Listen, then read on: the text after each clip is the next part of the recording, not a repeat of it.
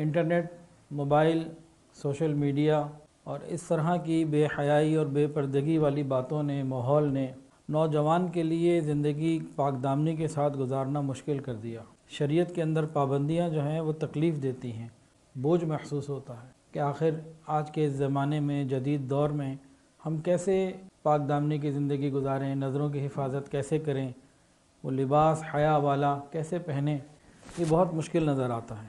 پھر باطل کا پورا پروپیگنڈا اس بات کے اوپر ہے کہ بے حیائی کو مسلمانوں کے اندر، نوجوان بچوں اور بچیوں کے اندر زیادہ سے زیادہ بڑھایا جائے۔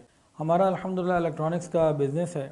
1995 میں شالمی میں گیا تو اس وقت جو پیناسونک کی آئرن تھی، اس زمانے میں نیشنل نام تھا، تو جو ملیشیا کی تھی وہ تھی 670 یا 65 روپے کی، باڑے سے مال آتا تھا، ہم بیچتے تھے۔ جو جاپانی استری تھی وہ 980 روپے، 960 روپے، 970 روپے، 1000 سے نیچے تھی، وہ 700 سے نیچے تھی۔ اور آج اس وقت جو ملیشیا کی استری ہے وہ ہو چکی ہے 3500 سے اوپر، اور جو جاپنیز ہے وہ 7000 کے بھی کراس کر رہی ہے یا کر چکی ہے۔ تو میں نے اپنی زندگی میں محسوس کیا کہ زندگی گزارنے کی، ضروریات زندگی کی ہر چیز وقت کے ساتھ ساتھ مہنگی ہوئی ہے، سستا کچھ نہیں ہوا۔ اگر کوئی چیز سستی ہوئی ہے تو اگر آپ غور کریں تو اس کا تعلق حیا سے ہے۔ بے حیائی کو پھیلانے والی ہر چیز سستی ہوئی ہے۔ موبائل فون کو دیکھ لیں، اس کے پیکیجز کو دیکھ لیں، اور لیپ ٹاپس کو دیکھ لیں، ہر وہ چیز جو بے حیائی پھیلانے میں مددگار ہے، اس مسلمان کا ایمان اور حیا ختم کرنے میں مددگار ہے، آپ غور کریں تو وہاں آپ کو چیزیں لگے گا کہ نیچے سے نیچے آ رہی ہیں۔ الیکٹرانکس میں صرف موبائل ہی تو نہیں، اور بہت ساری چیزیں، باقی چیزیں مہنگی ہو رہی ہیں، یہ سستا ہوگا۔ دو زندگی ہیں اللہ کے سامنے نا، دو طرح کے لوگ ہیں، فَمِنْكُمْ كَافِرٌ وَمِنْكُمْ مُؤْمِنٌ، مومن اور کافر دو ہی ہیں، تیسرا وہاں کوئی سلسلہ نہیں ہے۔ مومن اور کافر کی زندگی میں بنیادی فرق کیا ہے، یہ آج کے نوجوان کو سمجھانے کی ضرورت ہے، ہم سب کو بھی سمجھنے کی ضرورت ہے۔ مومن کا مقصد زندگی آخرت کی تیاری ہے، مومن کا مقصد زندگی آخرت کی تیاری ہے، اور کافر کا مقصد زندگی کے اندر مزے کرنا ہے، عیش اڑانا ہے۔ مومن اپنی اس سوچ کی وجہ سے کیا کرتا ہے، ہر چیز کو فکر آخرت کے پیمانے پہ تولتا ہے کہ یہ میرا عمل قیامت کے دن مجھے پریشان تو نہیں کرے گا، تو اس کی زندگی فکر آخرت کی سوچ میں ڈھلی ہوئی ہوتی ہے، اس کا عمل فکر آخرت کے مطابق ہوتا ہے کہ قیامت کے دن میرے ساتھ کیا معاملہ ہوگا، کہ اس کو معلوم ہے کہ زندگی یہ والی محدود، وہ غیر محدود، یہ زندگی بندگی کے لیے، کام کے لیے، وہ زندگی آرام کے لیے، نعمتوں کے لیے اور مزوں کے لیے اللہ نے بنائی ہے۔ اور کافر کے سامنے کیا ہے کہ بابر بعیش کوش کہ عالم دوبارہ نیست، کہ زندگی تو دوبارہ ملنی نہیں، جو مزے کرنے آج ہی کر لو، ابھی کر لو۔ اس کے سامنے آخرت کی فکر کوئی نہیں، سوچ کوئی نہیں، قیامت کے دن اللہ کے سامنے حاضری کا نہ کوئی خوف ہے، نہ اس کا کوئی استحضار ہے، جس کی وجہ سے اس کی زندگی میں اور ہماری زندگی میں بڑا فرق ہے۔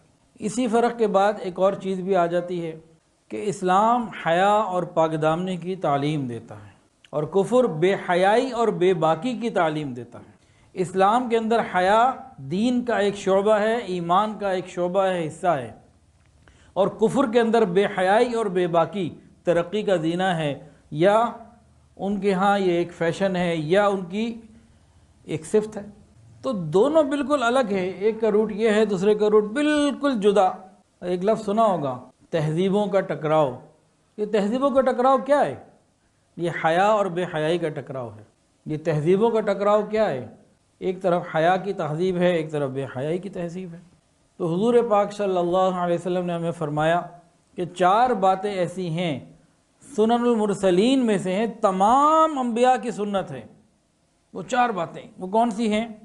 ان میں پہلی بات الحیا، حیا تمام انبیاء کرام علیہ السلام کی سنت ہے۔ والتعطر، عطر لگانا، خوشبو لگانا، یہ انبیاء کی سنت ہے۔ والسواک، مسواک کرنا، یہ انبیاء کرام علیہ السلام کی سنت ہے۔ اور والنکاح، نکاح کرنا، یہ حضرات انبیاء کرام علیہ السلام کی سنت ہے۔ حیا، خوشبو، مسواک اور نکاح، یہ 4 سنتیں ایسی ہیں جو تمام انبیاء کی ہیں۔ تمام انبیاء میں یہ بات کامن تھی، اور حضور پاک صلی اللہ علیہ وسلم نے بھی یہ 4 چیزیں اختیار فرمائی، اور ہر نبی نے حیا کی تعلیم بھی دی اور حیا پر عمل کر کے بھی دکھایا۔ اور کفر کے اندر حیا، وہاں تو کہتے ہیں شائنس از اے سکنس، وہ تو اس کو بیماری کہتے ہیں۔ جس چیز کو ہمارے ہاں کوالٹی اور صفت بتایا گیا، ان کے ہاں وہ بیماری ہے۔ تو یہ ہے تہذیبوں کا ٹکراؤ۔ تو حیا ایمان والوں کے ساتھ ہوتی ہے۔